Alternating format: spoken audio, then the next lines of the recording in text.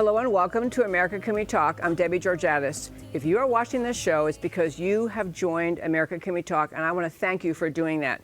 Your membership in America Can We Talk truly makes it possible to keep this show rocking and rolling and allows me every day to get on this show and talk about preserving our precious country. Our Thursday shows are for members only, and we do have an in-studio audience. I want to thank them all for being here today.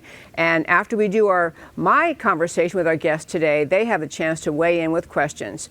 If you would like to put a question to our guest today, if you've joined our texting group, you can text in a question. Matt, the wonderful producer who is here in the booth, is monitoring that website. So if you text in a question, we'll try to get that in too.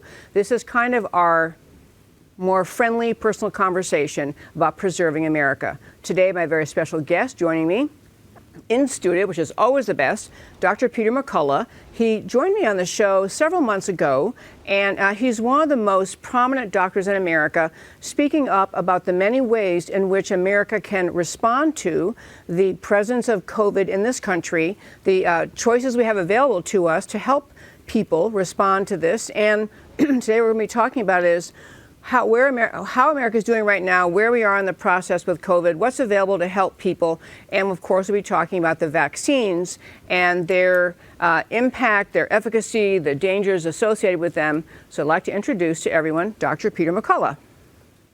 Thank you for being here. Thanks for having me.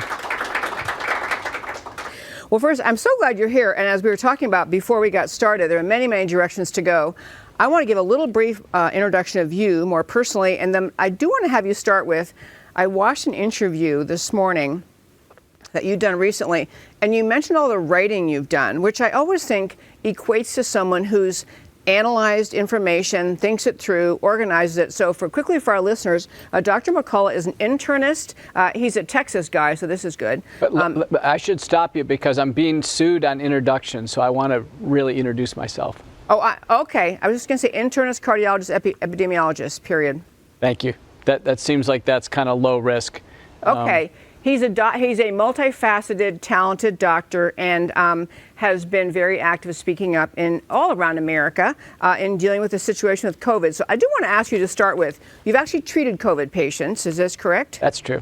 Okay. And just describe, if you would, the kind of writing you've done, the character caliber of writing you've done about COVID. I'm an academic physician here in Dallas, Texas. I see patients every week. I maintain my boards in internal medicine and cardiology. So there's I think about 4% of cardiologists do that. So I'm broad-based. I actually practiced as an internist before I trained in cardiology. I have a degree from University of Michigan in epidemiology. So in a sense, I was prepared to step forward in the COVID-19 pandemic. And I had as a base, I had over 600 publications in the National Library of Medicine. I'm editor of 2 major journals, so I'm very familiar with data and how to review data.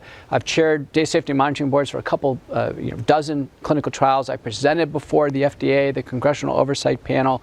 I've lectured at the New York Academy of Sciences. You name it, I've done it. So in a sense, I was ready to help in the academic response to COVID-19. And since its onset, I have now, I think, 46 publications in the peer-reviewed literature. I was part of a great group called Stop COVID out of Harvard, Brigham and Women's Hospital. That was a data group describing the COVID-19 pandemic. But my greatest contributions have been the 2 seminal papers teaching doctors how to treat COVID to prevent hospitalization and death. Yes, I'm glad you did that summary, because even as I said, after listening to your interview this morning, I realized I cannot adequately summarize how much you've done in writing. And as I say, it reflects thought, study, organization of your thoughts. So your background, education, inspired you when COVID came along to say, what can we do about it? What can we doctors do about it? And one point you made, I just love to have you elaborate on it before we get into the specifics of COVID, which is much in America, what people think about COVID, if you aren't a student of politics or a student of if you're not a voracious reader, your perceptions are shaped by what you hear out of 1 or 2 people at the national level who hold positions in the bureaucracy, as opposed to a slate of doctors around the country who've actually treated COVID. So most people's familiarity with how to treat COVID is very narrow. And so I'd love to have you just talk about the importance and the commonality in medicine that normally you want to have a variety of doctors meeting and conferring to come up with recommended treatment. It's critical. No two doctors agree on anything. No two lawyers agree on anything. And because medicine is complex and medical problems are difficult to manage, that it takes a lot of different ideas. Anybody in your audience who's had cancer would go to, let's say, a famous center like the MD Anderson Cancer Institute, or anywhere where there's a group of doctors. We actually have meetings, multidisciplinary meetings, not just doctors, nurses, dietitians, others, to actually weigh in and come up with an opinion. And COVID-19, out of all the problems that's affected all of our lives, the biggest thing that's ever hit America from a health perspective in our generation, needs and still needs to a great degree teams of visible doctors that America can look at. We should be turning on TV and seeing a team of doctors, particularly doctors who know how to treat COVID, who are innovating. We should see international collaboration. It's a worldwide problem. There are best practices. It's a medical problem. There's best practices for the pre-hospital phase of treatment, and there's best practices in the hospital. Where are they? Where's the teamwork, and where's the disclosure to the public? That's my question. Where is it? And I guess part of the answer is we just got off, for whatever reason you attribute it to in America, we got off to a very top-down organization, a countrywide response to COVID. And it kind of got, it caused people to then question doctors who would say, well, I'm not sure that, and I'll just go off into one example. For example, some doctors early on were saying they found success treating COVID using hydroxychloroquine. And in my show, we had Dr. Bartlett talking about the efficacy of using inhaled budesonide. Right. And both of those treatments were things that many doctors were saying, gee, I'm finding it's working well. And yet we ended up with statements out of Washington that seemed to silence that or call into question that. And so, I mean, first of all, have you ever seen that kind of thing happen in medicine where doctors' practice is being questioned at the federal level? Never. In fact, there's always innovation. So what Dr. Bartlett was doing and others is they were employing what's called the precautionary principle. And what the precautionary principle is, we have a mass casualty situation. People can die, particularly our seniors can die. We need to do something based on medical judgment to try to prevent the casualty. We need to help people with the best available evidence. This started from the very beginning. I did it so naturally from the very beginning. I always did that. And it's interesting, these points of innovation turned out to be supported. So with hydroxychloroquine, we created a stockpile. Do you know, as we sit here today, there's over 250 supportive studies. The only studies that have actually fell flat were very small trials done in the hospital very late in the stage of disease. Budesonide, Richard Bartlett says, I think it works. 2 high-quality randomized trials show budesonide surely works and prevents hospitalization in COVID-19. Okay, I want to make sure I got that number. Back to hydroxychloroquine. You're now saying about 250 studies that verify its efficacy dealing with COVID. 250 supportive studies, and the largest ones, which are the most trustworthy ones, are the ones that show the big benefit. There's one from Mokhtari in Iran, 30,000 patients, and they just picked the high-risk seniors, 25% of the population treated with hydroxychloroquine in combination with a few drugs, markedly reduces hospitalization and death. The largest inpatient study was by Henry Ford Hospital when given early, and they chronicled with 3,000 patients, shows a benefit.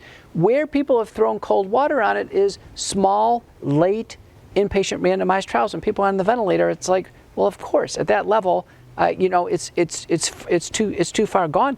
It's like any other medicine.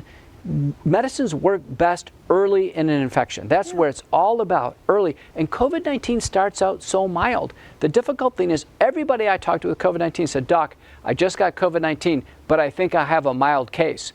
And I said, you're saying that now. Just wait 3 weeks from now. It's not a mild case. So when we treat it as a mild case, we actually snuff it out within a few days. Talk about a little bit the actual risk to people in America, because I think that that COVID has such a fear attached to it now that just the name, the word COVID, and people are very, very fearful about it. So what is the actual risk if you are a healthy, healthy 25-year-old and you contract COVID? What you do, and what is your risk of serious illness or death? The way to think about it, COVID is amenable to risk stratification, unlike other illnesses. This one is actually precisely known. In fact, you could go to the Cleveland Clinic clinic calculator and type in your age, your medical problems, and click submit, and you can actually get a risk of hospitalization and death there very accurately. And the answer is under age 50, without medical problems, there's way, way less than a 1% chance, if you get COVID, of ever being hospitalized or dying.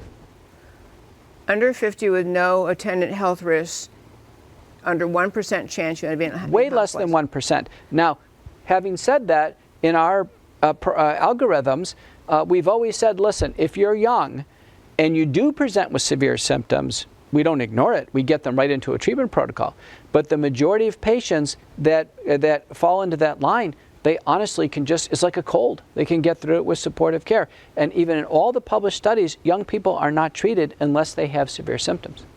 So we really end up with a lot of, you talk about the need to address COVID early on. As with any other disease, you prefer to find it early and deal with it early.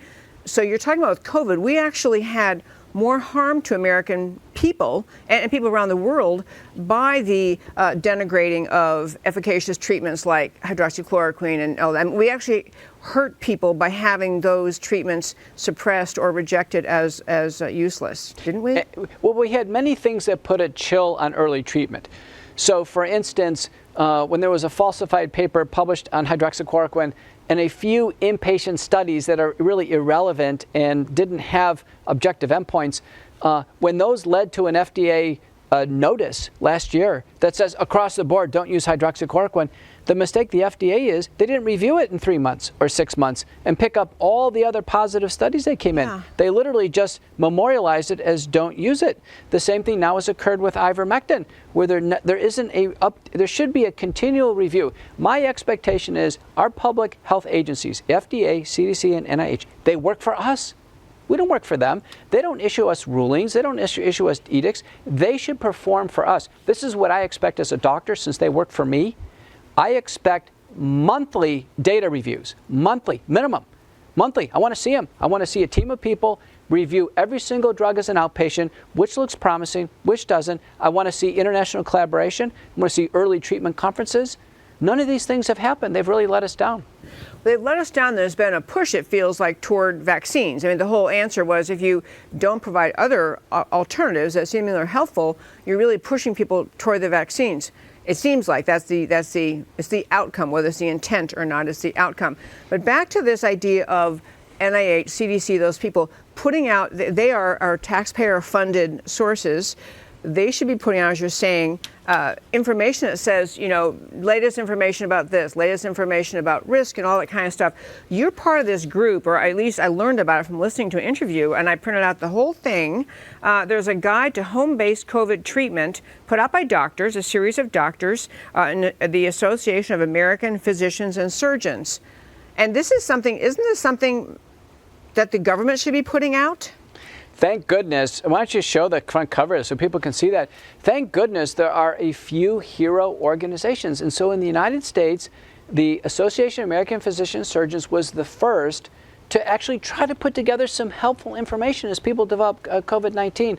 Now we have the Frontline Critical Care Consortium. They deal with in-hospital issues, also have a home treatment approach. Their protocols have some nice acronyms to them. We have American Frontline Doctors. Outside the United States, we have Bird and Heart in the UK. There's a group in Treatment Domiciliary in Italy. We have PANDA in South Africa, COVID Medical Network. In fact, there probably are dozens of much more organic efforts to fill a gap. Obviously, it's a gap.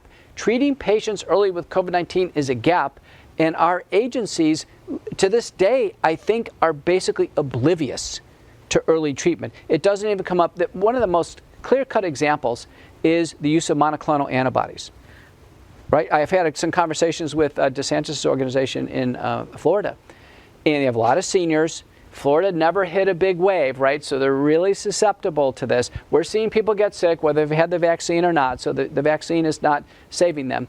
And the point is, where are the monoclonal antibodies? Where's the access to the monoclonal antibodies? These are FDA, EUA approved. They're just as approved as the vaccines. We have 500 million pre-purchased doses of these monoclonal antibodies.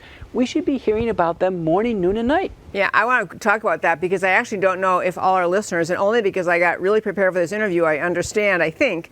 But describe what you're talking about, monoclonal antibodies, and what, I mean, we're talking about, we have hydroxychloroquine, ivermectin, budesonide, but this is another treatment people can get to early. It's even preventative that people could use. Can you describe what that is? Okay, there are 3 phases to the illness. At the very beginning, when people don't feel too bad, the virus is replicating like crazy. Okay, then the next phase is the virus kicks off inflammation. Then the inflammation is really the problem. Most people know what inflammation is, or what's called cytokine storm, and that triggers blood clotting or thrombosis. By the time the oxygen levels go down, that's not the virus. That's blood clots filling up the lungs, and the lungs can't exchange oxygen. That's why oxygen levels go down, because of the blood clotting, and the lungs can't exchange. Right. Okay, so monoclonal antibodies. So that early phase, while the virus is replicating like crazy, even though a lot of the virus is inside of cells, some of the virus is actually in the blood stream. The monoclonal antibodies go in and will actually zap the virus and will clear the virus, clear some of the viral load out of the body. And a paper by Verdenhuis that was published in the Journal of the Infectious Disease Society of America, and I'm going to quote the journals for a reason, because there is a great accusation of information and misinformation. So your listeners are going to get information. You can go find it. The fact checkers who listen to this can find every paper. So Verdenhuis published the fact that day by day, if you administer the antibodies earlier, there's a progressive reduction in mortality. It's almost perfect if we can get it on day 1, 2, and 3. Who needs them? High-risk seniors, I think people over age 65. They're loaded, even though it's mild at the beginning, they're loaded with risk. Get them a monoclonal antibody infusion. Okay, and I don't even know what really monoclonal antibodies are. These are laboratory manufactured, or these? These are laboratory manufactured. The lead one is manufactured by Regeneron. They're fully humanized antibodies. A lot of your listeners would know about Humira and Remicade. It's the same technology. So these are purified. They are well tolerated with very little side effects. The only side effects we can have is if they're infused too quickly. They're infused by hospitals, urgent care centers. They can by nursing homes or senior centers. The challenge is our agencies are playing hide and go seek. Where are the antibodies? Where are they? And that's what I testified in the Texas Senate. I told our Department of Health and Human Services, tell our seniors where these antibodies are, so when they get sick, the family members can make a call and we can get them in for an infusion. Okay. These are, you're currently describing these monoclonal antibodies. These are approved by, or at least not disproved by, FDA and whoever else would have authority to do so. They're fully EUA approved, so that means they have just the same approval as the vaccines. Just the same approval, but I'm telling you, and I'm sure you know this, I'm going to guess everyone in America who's paying attention has heard of vaccines, and very few people know about this. But this would actually attack the virus in their bloodstream early. And they're wonderful.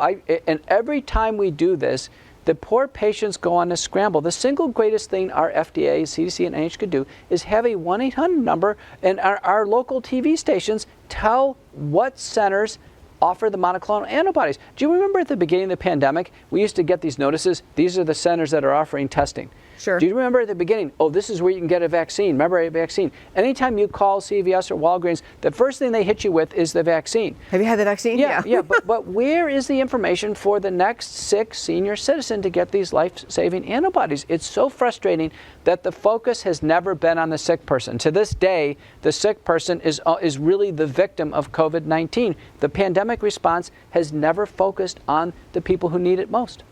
Okay, I want to hit quickly where we have been, and then I want to turn and talk about the vaccine. So overall, COVID should be treated early, is always preferable for most people, especially if you're healthy and you're under, I don't know whether you're saying 50 or 65, whatever, you're under a certain age. Under 50, no treatment. Age over 50, the risk of hospitalization are more than 1%. You start adding medical problems, it gets higher. Everybody over 50 ought to be on a treatment program to prevent hospitalization and death.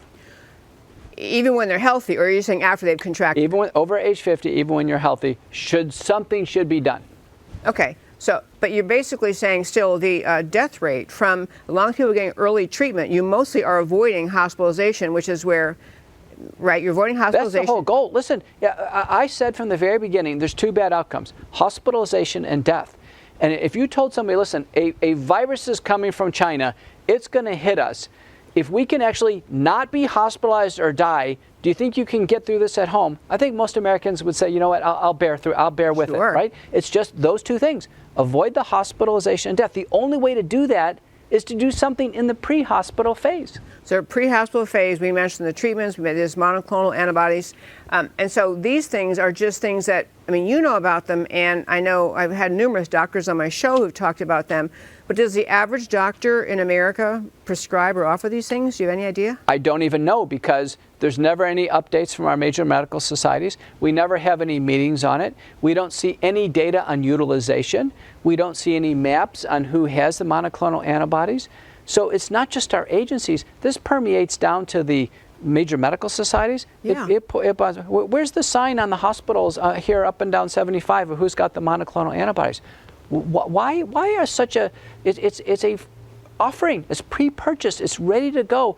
Why is it not offered? That's a very good question. But I want to turn and talk about I don't know, but I am bothered by it, and I feel like, I mean, I'm asking you to go there, but I feel there's such a stress on coming from some aspects of the medical community and the federal government to just push people toward vaccines. And people are, I think I heard a statistic, about half of Americans have gotten the COVID vaccine. Is that right? It's about half. But just to finish the point, the action item for the listeners are, especially people over 50 and seniors, make some calls right now and figure out if your hospital offers the monoclonal antibodies, and where are they administered, and who can order them. And is it just a phone call and the ER doctor can order them and you go into the infusion room and you get the antibodies and go home? Everybody should know a plan. You know what? People have to take action into their own hands. If no one's going to help our seniors get through COVID-19, let's take action, on our own. Everybody in the audience here who hasn't had COVID-19, make some calls and figure it out, because we have to pressure our doctors and our health systems to perform. They're not doing it. Yeah, I'll mention again before we turn to vaccines, this pamphlet I mentioned a moment ago, again, it's called A Guide to Home-Based COVID Treatment, put out by I just printed it out today, the Association of American Physicians and Surgeons. It looks like this. I began reading it. It's actually, even if you're a non-medical person, you can follow what it's saying. And it's just basically giving information about what you can be doing short of ending up hospitalized. And I mean, what you can do to treat yourself at home with very simple information. So it's very good. I want to turn and talk about vaccines now. There's such a push on vaccines, and a political push. I mean, we'll leave aside for today the vaccine passports and really very threatening tone coming out of even some federal agencies about what we're going to do about the unvaccinated. But let's just talk about the vaccines for a moment. We have started out with the vaccines, the idea that if everyone got vaccinated, trouble would all be gone, and we'd all be, and COVID would be behind us. Is that right? Well, I think there was a dream that we would get to 0 cases. So if everyone got vaccinated and we could do this, the virus would have nowhere to go and the virus would just disappear. But what we're learning is, come on, we're 18 months into this. The virus is very contagious. It's mutating. It's worldwide. We're a traveling society. This idea that we're going to get to 0 cases is something that I think we need to let go. We're not going to get to 0 cases of flu or pneumococcal pneumonia or 0 cases of these other things. This is another virus that's entered the ecological neighborhood. Okay, actually, no, I do want to pursue vaccines in a moment. You had some kind of bullet takeaways from another interview you did, and I want to ask you to address each of these points. One was the virus does not spread asymptomatically. I'm going to guess if you ask Americans, you get about 1% who would understand or believe that. So could you just elaborate on that? The virus does not spread asymptomatically. Out of fear, initially, the thought was everybody could have the virus. Right? That was the thought. Right. Everybody could have it. So listen, everybody put on masks and social distance, because you don't know, you could have it. Don't touch anybody. Do you remember that? Sure. Oh, yeah. Right? Some people still live that way. Right. Yeah. And so this idea, and so it took time to study it. And so there were 2 good papers, one by Madewell, one by Cow. The one by Cow is really good to quote. There's in Nature Communications, 10,000 Chinese, and they checked every single one of them to figure out who had the virus. 10,000 asymptomatic people. And lo and behold, not 10,000, 10 million. Lo and behold, they found 300 people who truly had the virus by PCR, antigen, and sequencing. They had the virus in their nose. They found 300. And then they checked, did you touch anybody? Did you? The answer is they didn't spread it. If someone is asymptomatic and they truly have the virus, they're actually forming immunity to it. They're either on the tail end of the infection or they're forming immune to it. But the idea is only patients who are acutely sick can pass it to someone else. So this makes things very simple. If a child is not sick and the child goes to school, the child is not a threat to anybody. If anybody here is, not sick, then they're not a threat. But if somebody shows up sick, that's the issue. We're back to common sense. Grandmother would tell you, if you have a sick child, the sick child can make other child sick. It's the same thing. From school. Okay, so to summarize that first point, you can be COVID positive, you can be carrying it, but if you're asymptomatic, you're not going to spread it. You're not going to spread it. Now, most of the time, asymptomatic who test positive, it's a false positive. Okay. Yeah. Okay. Next one you had is we should never, therefore, waste tests essentially on asymptomatic people. We have been testing asymptomatic people, but that's not necessary? No, it's more than that. The FDA has never cleared any of these tests for asymptomatic testing. Never. The tests are only a diagnostic aid. PCR and antigen testing is just a diagnostic aid in somebody acutely sick. And even the World Health Organization, as of June 25th, says, stop the asymptomatic testing. You're going to fly to Hawaii or Puerto Rico, what have you, get a test before I fly. No, that actually violates regulatory rules, and it violates the WHO. This testing of the kids once a week at college and what have you, that's all needs to go. It's not supported by anything. Not necessary. Not necessary and not supportable. You can't even find any even regulations that support it. It's an overreach. It's an example of travel industry. It's hysteria. But travel industry, education, employment, it's an overreach. Okay, you also made this point in this, natural immunity is robust, complete, and durable. And this is one of the many things in the fear-mongering that goes out there. People saying, well, even if you've had it, you might be a little bit immune, but you're not really immune. You still need the vaccine. So natural immunity, meaning you had the disease, you got through it. You use the terms, I believe, robust, complete, and durable. If it was possible to get COVID-19, legitimately get it a second and third time, we would have seen millions and millions and millions of people with their second and third episode of COVID-19. Millions. We would have seen millions, right? Millions. It's not even debatable. So when we see these papers, well, we think somebody here had it a second time. Invariably, it's a false positive. It's an illness on one here, and it's a false positive over here. There's now 15 studies supporting the concept that natural immunity is robust, complete, and durable. You can't get it a second time. I can tell you as a doctor, I had COVID-19. I've come face to face. I had the British variant because I was in research. I knew I was sequenced. I've come face to face with red hot COVID patients. I haven't gotten it again. We have to get to the end. The end of COVID-19, by the way, is exactly this. To understand you can't get it a second time. It's just like SARS-1. Nobody got SARS-1 16 times. When people are done with COVID-19, they're done. When the kids have had COVID-19, they're done. It's like chickenpox. A kid get chickenpox, you probably have chickenpox, right? You don't get it 16 times. You get it once. And when we get to that, guess what? No more masks. Don't need them. Vaccine. Don't need it. You can't improve upon what Mother Nature gives you.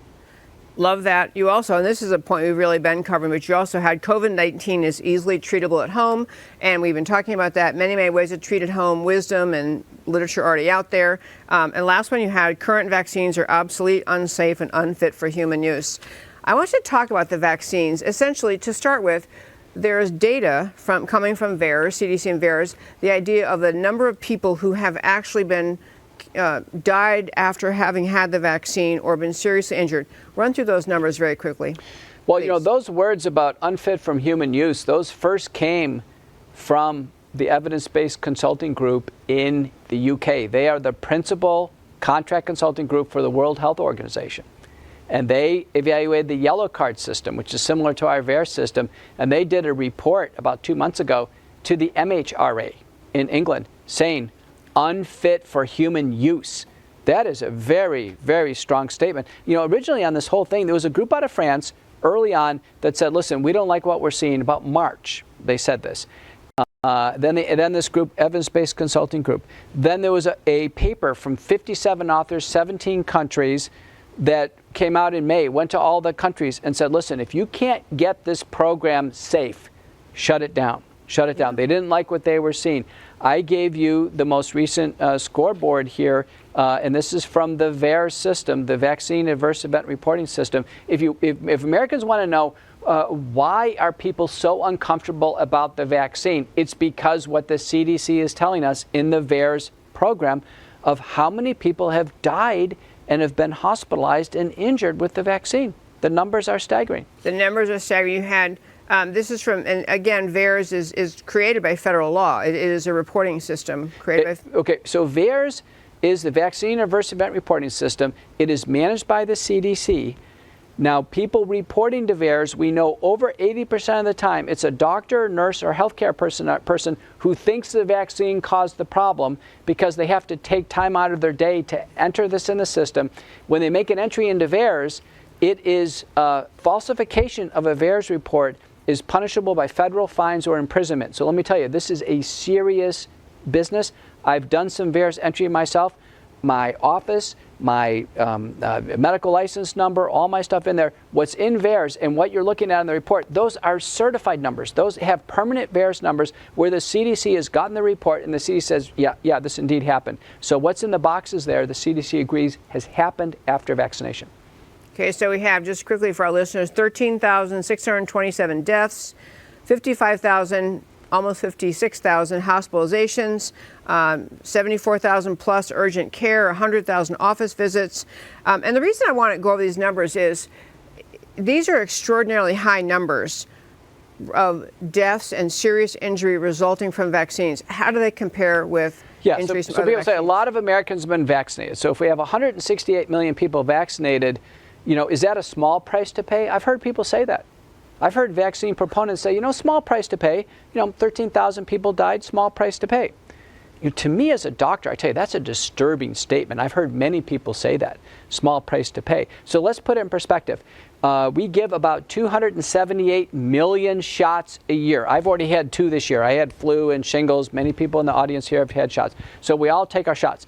So 278 million shots a year. The average number of deaths that get reported into the system are about 150. About 150, not temporarily related to the shot. They get reported into the system over time. What we know of these 13,000 deaths, because people have been so frustrated because our agencies have still yet to give a press briefing. We're still waiting for the officials to get on TV and go over the numbers with us. Acknowledge this, yeah. Yeah, they have not.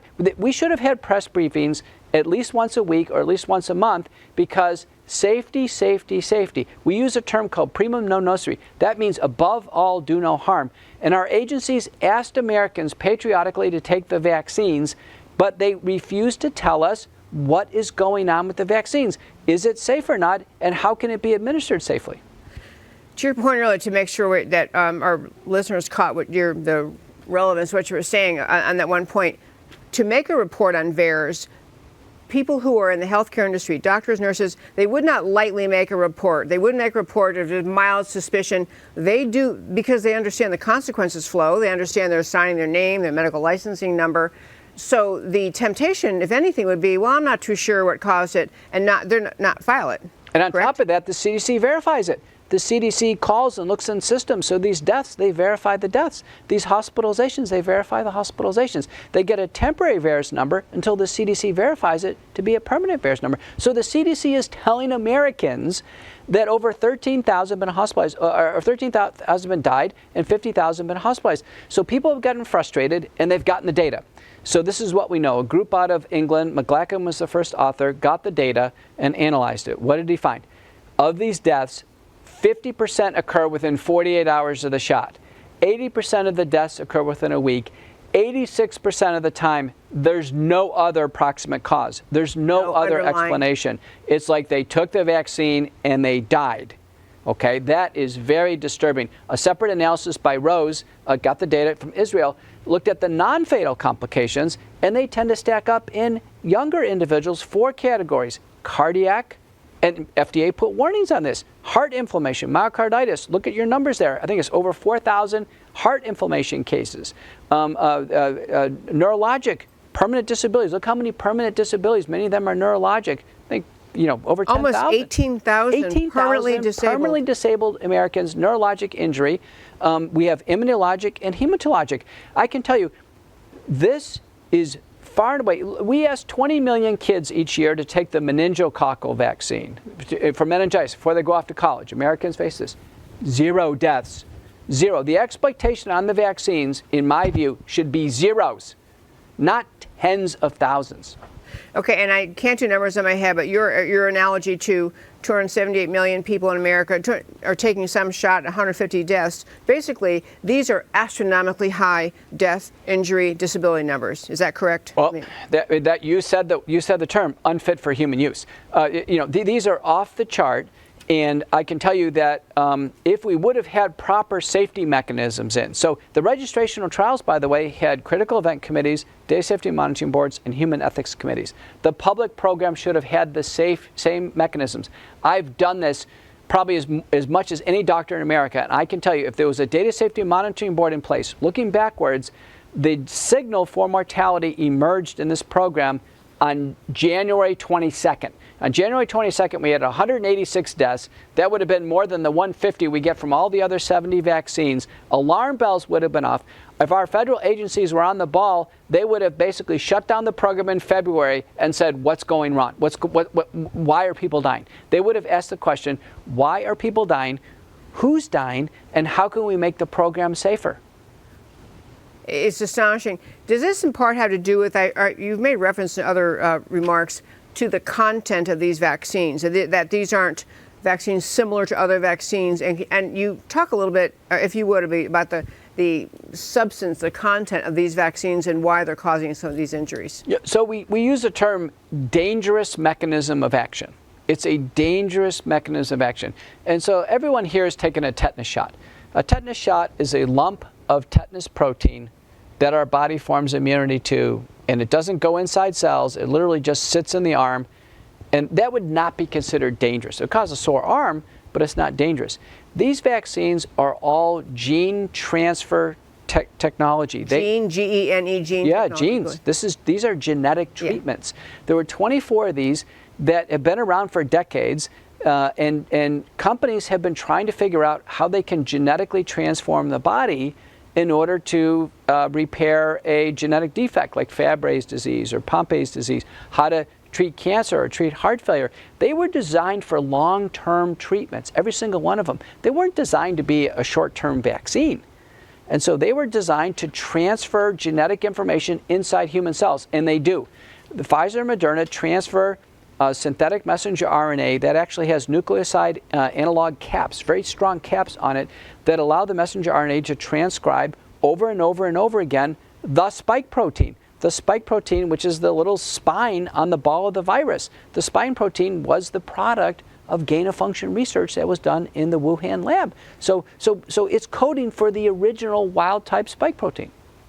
Okay, the spike protein thing, that people have that very creepy image because it's seen so often on. It is creepy. Yeah. It is creepy. So the vaccines cause the body, so that's Pfizer and Moderna. Johnson & Johnson is different. It's actually an adenoviral vector where there is a virus that's replication incompetent, comes in and it dumps the payload into the cells, okay? And then the cells then have the DNA, then it makes in a sense, viral RNA, and then it starts producing spike protein. But the original thought was, the hope was that it stays in the arm for a couple days, you make some spike protein in the arm, you form immunity to it, and you're good. What we've learned is a lot. There's a paper by Ogata and colleagues from Harvard showing the spike protein circulates for 2 weeks minimum.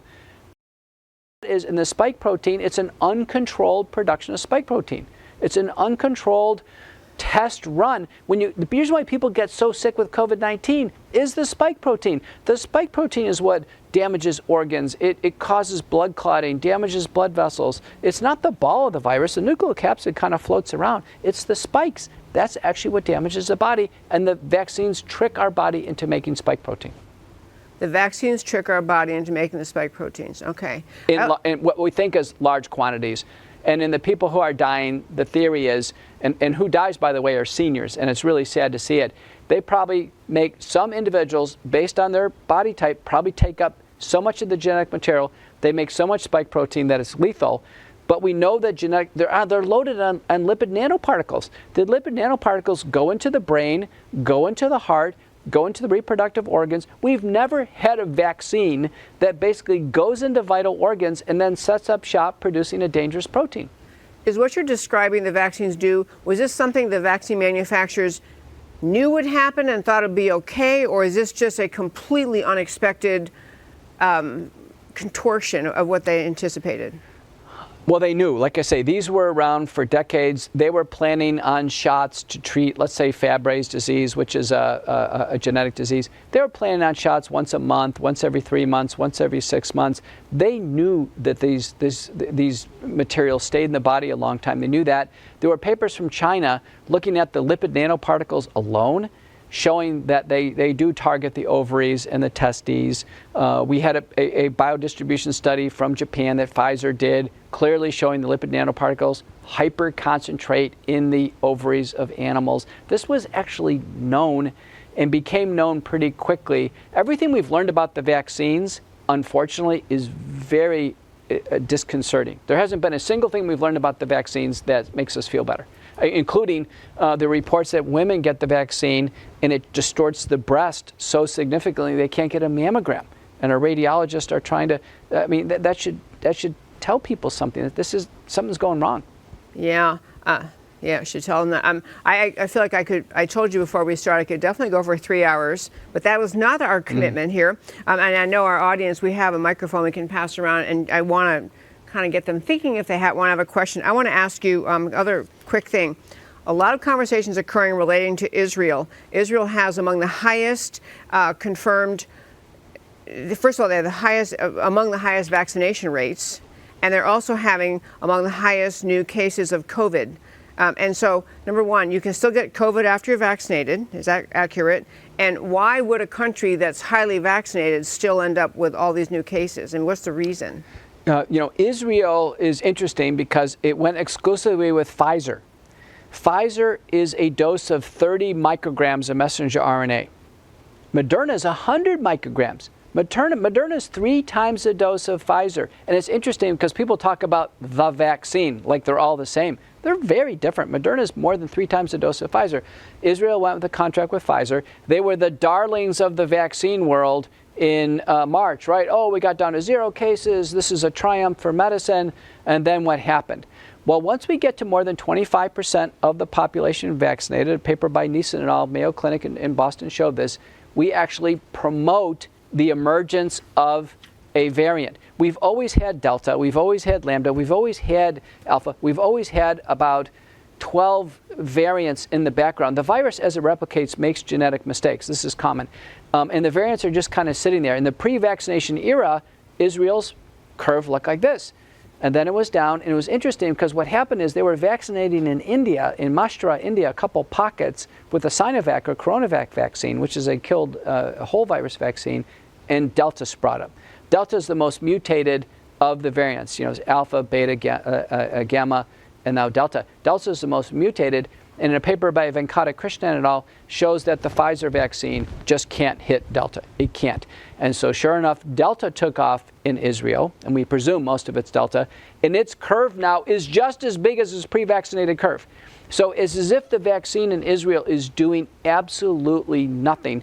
They're about 6 months into it. A paper by the first author, from Israel, shows that the antibodies after Pfizer drop off 40% per month. So those antibodies go almost to nothing. The Israelis are not protected. Over 80% of Israelis with COVID-19 are fully vaccinated. The vast majority in the hospital are fully vaccinated. The vast majority dying are fully vaccinated. And so this idea that we're going to rely on the vaccine alone as our public health strategy is obviously an abject failure. Absurd. You also had a piece I mentioned in the Defender. The caption was, "Study: Fully vaccinated healthcare workers carry 251 times the viral load and pose a threat to unvaccinated patients and coworkers." So vaccinated healthcare workers carrying so much of the virus pose a threat to the unvaccinated patients and coworkers. Can you? You can't make this up, right? That's what I was going to say. As our healthcare systems are mandating the vaccine. Now remember, in the pre-vaccine era, there were never any outbreaks in healthcare systems. You know, healthcare is probably the safest place to go. There were never any outbreaks. There were never any hospital outbreaks in Dallas-Fort Worth. Never. Right? So like, don't mess with a good thing. So what happened is in Ho Chi Minh City in Vietnam, there's a unit of Oxford School of Tropical Medicine, pretty good university, and they had a hospital in June where there was an outbreak. And they can control their population. They locked down the hospital and they wouldn't let the workers leave. The workers were in their quarters and they were all fully vaccinated with AstraZeneca about 2 months earlier. So they had fully vaccinated healthcare workers, and sure enough, they started passing Delta to one another. And they actually had sequencing. They actually knew who passed it to who, and while they were locked down for 2 weeks.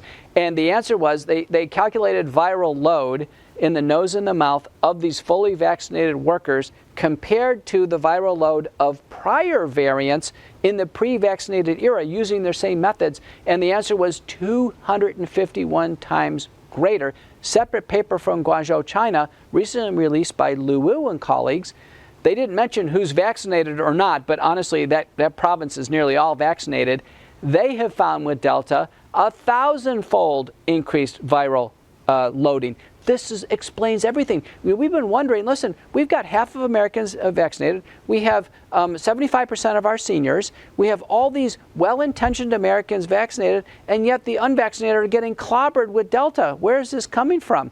And the answer is probably the vaccinated are participating now in the Delta outbreak. Now, fortunately, our Delta outbreak looks like it's going to be smaller. Our curve is going to be smaller than December, and our mortality is way down, so we're doing much better with early treatment. But I'm finding Delta, A, hard to treat, and it's spreading like wildfire. And thank God for the early treatment networks. The hero doctors in the United States, there's about 500 of them, they're saving the country. The vaccine is not saving America. It's pretty clear. So I'm just going to the quick question. Then I promise we're going to go to the audience now, because I always do this. I take a little longer than I meant to, and then we'd love to have questions from the audience. But to summarize, and this may be the most obvious question of all, but at this point, you do not recommend vaccines for Americans to deal with COVID. You know, it's not my role to recommend them or not. The vaccines, according to the program in the United States, are a voluntary offering. It is voluntary. The emergency use authorization, when the next American takes a vaccine, they're going to look at a consent form that says this vaccine is voluntary. You acknowledge that we don't know if this is going to work and we don't know if it's safe. It says it right on the consent form.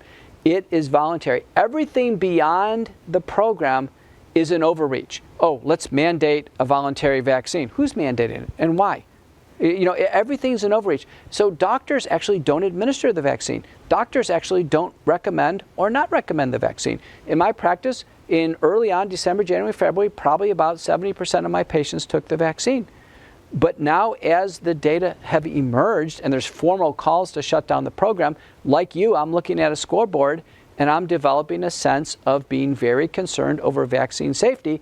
And these reports out of Israel, and I would add Iceland, Gibraltar, everywhere they have data, anywhere where they're heavily vaccinating, the virus is spreading out of control. We have very good information now, and our CDC has told us this on August 23rd. The CDC has they have about 20,000 fully vaccinated Americans hospitalized, 20% have died. Okay, a paper by Haver out of the CDC and other groups in one of their collaboratives are estimating in June 24% of all COVID-19 hospitalizations are in the vaccinated. That's June. That's when Delta was firing up. July it's going to be more, and August is going to be more. So when Americans heard that this is a crisis of the unvaccinated, or they hear from a hospital administrator that, oh, it's only the unvaccinated, the CDC is telling us something else. That one statistic you said, 20,000 people who are fully vaccinated are hospitalized and have been hospitalized, and 20% of them have died. Yes, and that's on the CDC website. The CDC website is a treasure trove of data. We don't have to leave it. So it's interesting. Our CDC, through the safety reporting and through other mechanisms, without giving a press briefing, without being fully transparent to the public, is trying to tell us two things. The vaccines don't fully work, and they're not safe. The CDC is trying to tell us this. The FDA is trying to tell us this. They put warnings on Pfizer, Moderna, heart inflammation, serious. They put warnings on J&J for paralysis and blood clots in women in the brain. So our agencies are trying to speak to us. And yet, in the hubris of vaccines and the fear and the overreach of hospitals and universities and governments and what have you, this whole thing is spiraling out of control. It most certainly is. And thank you for that, all that information. So I think Sandy has a microphone, and I'll only say before she hands it off to somebody that in order for the people listening, you have to speak right into the microphone. You can't, it's not there for us to hear. It's there so that the recording can pick it up, people can hear you. So speak right in the microphone and speak right up. Hi, thank you for being here. Can you hear me? What test is done to determine the type of variant? I mean, how do you know it's a Delta? And are they just throwing that around, just saying everything's Delta? Or do they really know? They really know. The CDC, through departments of community health, get samples. And they run what's called genomic sequencing on it. And the CDC gives a report nearly every week, giving a colored stacked bar graph showing what we have in terms of our variants. The United Kingdom gives a weekly report called the Variant Report. Now, it's a subsample of tests, but it's very accurate. And I can tell you right now, the last time I looked, we were 83% Delta. I've been on some calls here in Texas where our departments of community health say it's 100% Delta. So it's a pretty reasonable conclusion right now. The next person who gets COVID amongst us, it's going to be Delta. So it's accurate. Now, the average person getting a test at an urgent care center, ER, they're just getting positive or negative, either a PCR, which is actually looking at a small strand of RNA in the nose or mouth, or an antigen test, which is actually looking for the nucleocapsid or the ball of the virus. You can pass it right in front of you. There you go. Yep. This may be the $20 million question, but what's the best response to give to people and to our position of why we are not taking the vax? It's reasonable to express concern, right? Who wouldn't be concerned? Isn't it reasonable to be concerned about death and hospitalization? We had a condominium collapse in Florida, and there were some people who died in the bottom part of the condominium, and we were concerned over just a few lives lost. When 9/11 hit, we were concerned of a couple Americans lost their life. We've started a public vaccination program. Our CDC has said 13,000 Americans have died. It is reasonable for us as citizens to be concerned over those deaths. Who wouldn't be concerned? And especially, I didn't know if I asked you this question directly, but still the survival rate in America for people who contract COVID is very high. I don't know what the numbers are, but roughly speaking, the survival rate for COVID in America, at least for a healthy American, is... Okay, so you brought up the issue of COVID's a bad disease. People die of COVID. The vaccine has some problems. People die of the vaccine. How do you weigh this out, right? That's a really tough decision. And part of it's considered moral hazard, by the way. People listening to this, what's the moral hazard? So if they listen to your show and they don't take the vaccine and they die of COVID, isn't that moral hazard on you? And I was asked this by Hugh Hewitt, who's a lawyer. He's a radio announcer, Hugh Hewitt. And I told Hugh, I said, you know what? I said, if somebody gets COVID, there's less than 1% chance anybody's going to get COVID to begin with. So you always start out with, if you don't take the vax, you're fine, because your chances are you're not going to run into it. But if you run into COVID, there's early treatment, you have all these statistics, we can actually minimize any hazard with the respiratory illness. Okay, so you got a chance. If you take the vaccine, it's in you. We can't get it out of you. It's a done deal. There's a 100% chance if you take the vaccine, it's in you. And then those risks probabilistic risks start to tumble. And who's going to die of the vaccine? Who's going to end up in the hospital? There must be some information that our government has. The CDC must have the answer. Who's being damaged with the vaccine and who isn't? And so my questions are, how can the next dose of vaccine given, what's the best vaccine to give? Which one is holding out with the best efficacy? Our government should be telling us this. And how do we safely give it? I had a call from somebody pretty high up in the Federal Reserve in the last 2 weeks, and a data-driven person who was going to mandate the vaccine. I said, listen, I know you're data-driven. I know you are. I know you look at financial data all the time. We're 8 months into the program. We have 3 contenders. Don't you think there's a winner and a loser? Don't you think there is a way to figure out who's being harmed? Who's holding all the data? The FDA and the CDC. They're the sponsors of the program. Who has not given us a single report? The CDC and the FDA. Aren't you kind of concerned as a federal official? I mean, you know, where's the alarm here?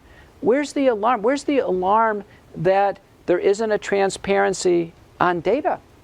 I think everybody needs to be kind of on edge now to start pushing some buttons, at least transparency.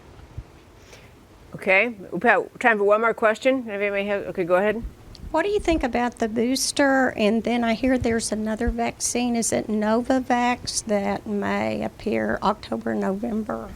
Okay, let's pick up on boosters very quickly. A standard for an effective vaccine would be at least 50% vaccine efficacy, and the vaccine at least has to last a year. Okay, that's a minimum standard. So right now with Pfizer, the Israeli Health Ministry has Pfizer at 39% efficacy. The Mayo Clinic has Pfizer at 42% efficacy with Delta in July. The FDA meeting on August 23rd didn't look at any data with Delta. They looked at legacy data of the other extinct strains.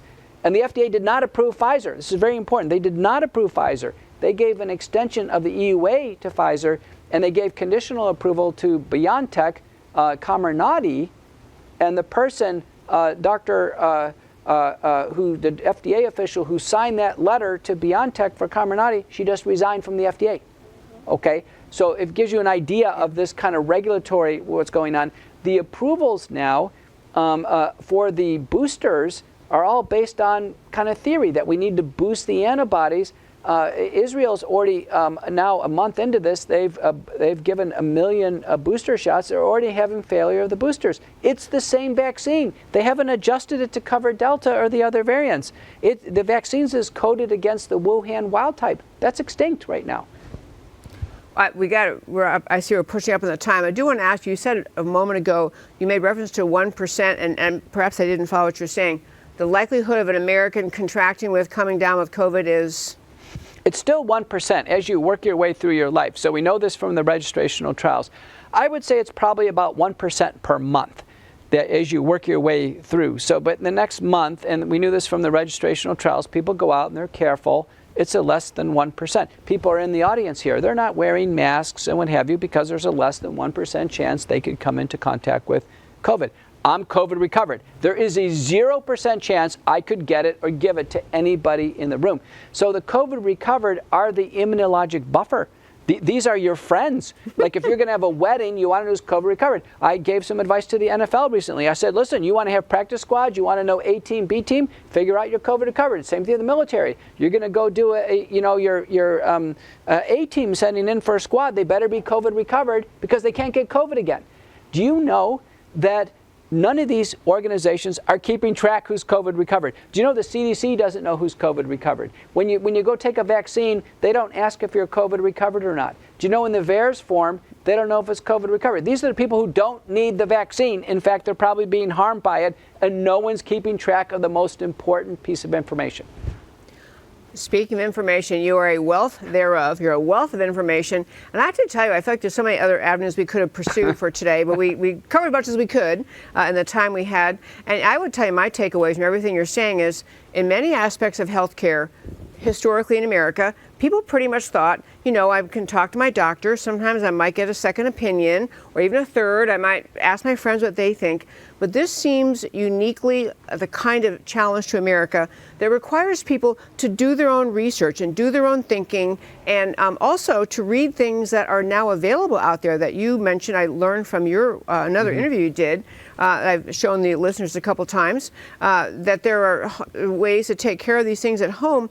And I think it just requires a proactive attitude among individuals. Read the data from VAERS, read the data that other doctors are providing in terms of what you can do at home to take care of things. Understand your percentage of risk, and make an informed decision as an adult rather than being led along, certainly rather than being led along by fear, but even being led along just by, I don't know, societal trends or what the government is suggesting. So it's a take responsibility for yourself kind of message. That's a very good summary. I agree. All right, folks, you know what, as I was saying, thank you for coming. Thank you. And we've a little bit pushed past the time, but I need to end the show by reminding you, if you have not purchased a ticket yet to join us at our summit on September 18th, America Can We Talk is having our second annual Women for Freedom Summit, but it's for men and women, men and women speaking. It's going to be a great, great summit. I'm going to skip putting up the picture of all of our speakers, but trust me, we have extraordinary speakers coming. But here's how to get tickets. You see in the bottom, to learn more, go to events.americacanwetalk.org. It's Saturday, September 18th, all day, right here in Dallas. A lovely VIP reception Friday evening beforehand. Would love to have you join us. If you go to our website, americacanwetalk.org, right there in the middle of the homepage, you'll see a flyer of our speakers, or you can click on the button that says buy tickets.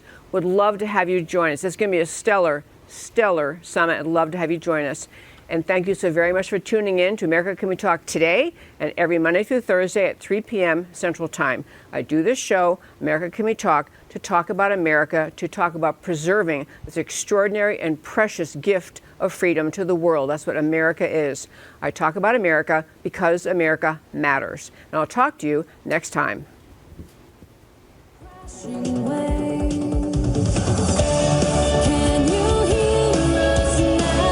America, Can We Talk? Truth about America.